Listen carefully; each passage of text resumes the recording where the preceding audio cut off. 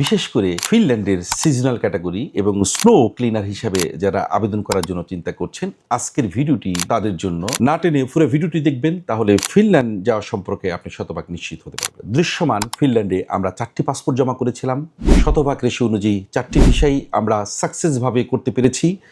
বিগত সময়ে আমরা আরও 2টি পাসপোর্ট জমা করেছি।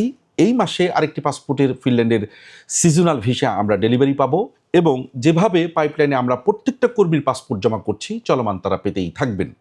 এবং যারা ফিনল্যান্ড যাচ্ছেন তারা কি ক্যাটাগরিতে যাচ্ছেন এবং কি ভিসায় যাচ্ছেন, এই বিষয়টি একজন কর্মীর শতভাগ জানা অবশ্যই জরুরি। ফিনল্যান্ড কি ক্যাটাগরিতে যাচ্ছেন, একজন কর্মীর যাওয়ার পূর্বেই তার ওই দেশ সম্পর্কে এবং ফিনল্যান্ডের ওয়ার্ক পারমিট, রেসিডেন্ট পারমিট বলেন আর পিআর বলেন, এই সম্পর্কে শতভাগ জানা জরুরি। তাই আমি এই মুহূর্তে ফিনল্যান্ড যারা আবেদন করবেন তাদের সম্পর্কে বলছি।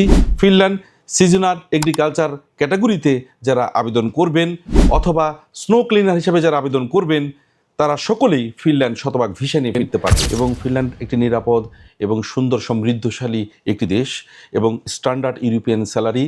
এবং ফিনল্যান্ডের যারা পিআর নিয়ে ফিনল্যান্ডে যাবেন তারা প্রত্যেকেই বৈধভাবে ফিনল্যান্ড সহ আরও 29টি সেনজিনভুক্ত দেশে প্রবেশ করতে পারবেন এবং ফিনল্যান্ডেও কাজ করতে পারবেন।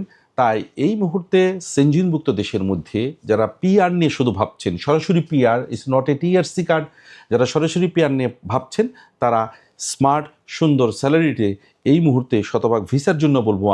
আমি সাধারণত পূর্বে অন্য কোনো দেশ এভাবে দেখিনি যে রেশিও শতভাগ হয়ে থাকে। ফিনল্যান্ড যারা একবার জমা করছেন 590 ইউরো পিআর ফি দিয়ে, তারা সকলেই ভিসা পাচ্ছেন। তাই এই মুহূর্তে 2026 সালের ভিসা কোটায় ফিনল্যান্ডের শ্রমবাজারটি হবে সেরা শ্রমবাজার।